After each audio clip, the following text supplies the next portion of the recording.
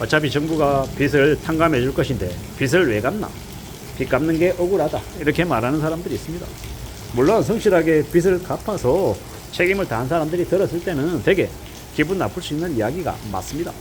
그리고 성실하게 착실하게 흑자 인생을 살아가는 사람들이 봤을 때도 저렇게 빚진 사람들에게 탕감해 준다라는 건 도덕적인 해이, 문제를 일으키는 말도 안 되는 일이다라고 주장하는 것도 수백 번 생각해봐도 맞는 이야기입니다. 근데 이제 잘 좀 따져볼 건 그렇게 빚을 탕감해 준다 해도 그 빚진 자들의 인생이 나아지지 않을 것 같다라는 게 제 생각입니다. 저도 좀 매몰차게 이야기하면 빚을 탕감시켜 주는 것 관련해서 반대 입장에 서 있습니다. 그렇게 빚을 탕감시켜줘도 그들이 살아왔던 인생은 원래 그랬기 때문에 제로로 만들어도 또다시 빚을 져서 다시 되돌아갈 거라고 생각하기 때문입니다. 차라리 그 돈이면 정말로 열심히 사는데 궁핍하게 지내는 이 경제적인 이제 하위에 있는 사람들을 도와주는 게 훨씬 맞다라고 보는 거죠. 물론 사례를 사항들을 아주 세밀하게 따져봐야겠죠. 코인 하느라고 비트 하느라고 연끌해가지고 빚진 사람들, 그들의 빚은 좀 탕감해 주기에는 좀 바람직하지 않은 사례인 것 같습니다. 카지노 도박 가서 돈 다 썼던 인간들의 빚을 갚아준다? 그러면 안 될 것 같은 거죠. 그런데 예를 들어서 가난한 집에 자식으로 태어나서 학자금 대출로 3천만 원, 5천만 원 갚았어요.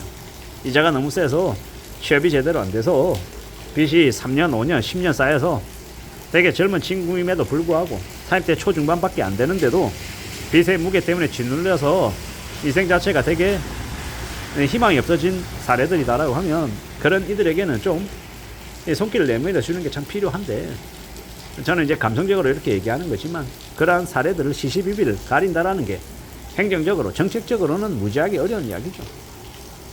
이런 것들을 세밀하게 판단해서 하기가 말처럼 아쉽다라는 것, 그 때문에 또 고민이 생기는 것도 사실입니다. 저는 이제 제가 뭐 정책을 집행하는 사람도 아니고 관료도 아니기 때문에 그냥 평범한 보통의 사람, 서민으로서 그냥 드는 생각은 무분별한 대출을 그렇게 탕감해 주는 건 반대다라는 것. 그리고 어차피 그 돈이 우리의 세금이다라는 것. 보통의 사람들의 부담으로 돌아올 것 같아서 그게 좀 별로인 거죠.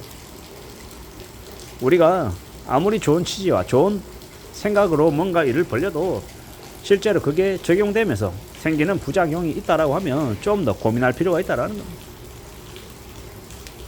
제가 하는 이야기가 누군가에게는 좀 거부감이 들 수도 있고 또 오해일 수도 있고 반대의 입장이 있을 수 있다는 것도 너무도 잘 압니다. 그런데 저는 개인적으로 자수성가해야 되고 스스로 노력해서 스스로 뭔가를 일궈야 된다라는 입장입니다. 누군가에게 도움을 요구하고 누군가의 이득을 얻는 그런 것들은 되게 좋은 게 아니다라고 생각합니다. 우리가 살아가는 시대, 우리가 살아가는 삶에서 무엇을 좀 추구하고 어떤 것들을 좀 궁리하며 지낼지 냉정히 좀 살펴봐야 된다라고 주장하는 주의에 가깝습니다.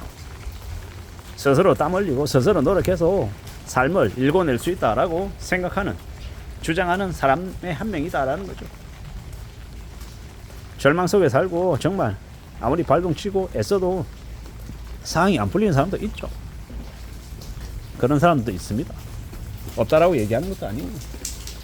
근데 저는 이제 기본적으로 하고 싶은 이야기는 나의 인생을 괜찮게 만드는데 뭐 100%는 아니겠지만 상당 부분은 나의 책임이고 내가 그것들을 감당해야 된다라고 보는 겁니다. 저도 지금의 시간까지 되돌아오면서 빚이 없었겠냐라는 거죠. 사는 게 항상 해피하고 잘 나가고 목에 힘주고 다녔겠냐라는 겁니다. 한때는 저도 제가 되게 잘난 줄 알고 어깨 힘주고 남들을 위해 군림하고 좀 가시했던 적도 있고요. 창피한 이야기지만 돈을 좀 잘 버는 줄 알고 아주 능력자인 것처럼 스스로 올려치기 한 적도 있고, 또 지금에 와서 보면 허망하고 쓸데없고 좀 어처구니 없던 일이었죠. 지금은 이제 냉정하게 생각해보면 너무 뭘 몰랐던 것 같고 너무 기고만장하고 자만했던 것 같습니다. 이제는 좀 삶을 좀 잘 따져봐야 되겠고 좀 냉정함을 갖춰야겠구나 라고 생각합니다. 살아가는 게 수월하지 않고 힘들고 어려운데 어떻게 좀 극복하고 견디며 살까에 대한 질문을 스스로에게 하려 하는 겁니다. 누구에게나 나름의 좋았던 시기도 있고 안 좋은 시기도 있고 어려움을 겪을 때도 있을 겁니다. 뭐가 되었건 간에 우직하게 성실하게 착실하게 살아가자라고 말하고 싶고요. 빚지고 도망가겠다, 탕감받겠다, 나이가 들어서 어느 시점이 되면 그저 그냥 상속 포기하면 끝난다, 뭐 이런 이야기를 하고 싶진 않더라는 겁니다. 어떻게 살아갈지, 어떤 마음으로 지낼지 좀 단단히 움직여 보려 합니다. 좀 더 각오를 다져야죠. 좀 더 힘내야죠. 좀 더 우직해야 된다라고 봅니다. 살아가는 삶을 우리가 어떻게 만드는 게 좋을까요? 어떻게 지내야 할까요? 나는 어떤 삶의 주인이 될 수 있을까요? 불안하죠. 겁나죠. 잘 모르는 것도 많습니다. 뭐가 되었건 간에 우직하게 다듬어 나가보자라고 이야기하고 싶은 겁니다. 좀 더 강력한 각오로, 다짐으로, 마음으로 움직여보자라고 이야기하고 싶은 거죠. 언제든 우리는 지금보다 좀 더 나아진 삶을 살 자격이 있습니다. 어떻게 하면요? 빚지지 않고 또 빚을 졌다라고 하면 그 빚을 갚아가면서 말입니다. 그런 각오로, 그런 다짐으로 지내야, 그래야 나의 삶이 괜찮아진다라고 보는 겁니다. 내 삶을 나아지게 하는 데 있어서 뭐가 필요하겠습니까?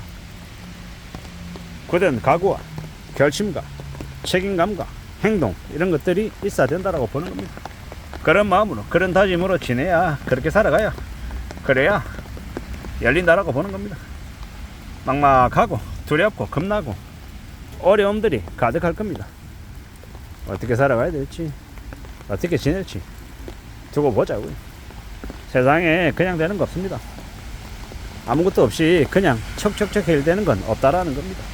고생을 해야 되고 신경을 써야 되고 좀 더 애를 써야 뭔가가 나아질 가능성이 생기는 거지, 가만히 있는데 그냥 척척척 해결되는 그런 마법 같은 일은 없다라는 겁니다. 특히나 빚 탕감도 마찬가지입니다. 빚을 갚는 것도 무지하게 어렵고 고통스러운 일이죠. 근데 그걸 쉽게 얘기하면 그가 사기꾼이고 쓰레기입니다. 요새는 이상한 놈들도 많죠. 빚이 5억 있었는데요, 그 빚 갚고 요새는 월에 5천만 원 벌어요. 이런 개소리 하는 그런 영상들이 막 올라옵니다. 사기꾼들이죠. 거기에 나오는 모델들 그냥 돈 몇십만 원 받고 그냥 영상 찍는 쓰레기들입니다. 그런 사람들의 말에 진짜로 믿고 지푸라기라도 잡는 심정으로 손 내밀면 어떻게 됩니까? 또 당하는 겁니다. 정신 바짝 차리고 조심하며 살아야겠습니다. 이상입니다.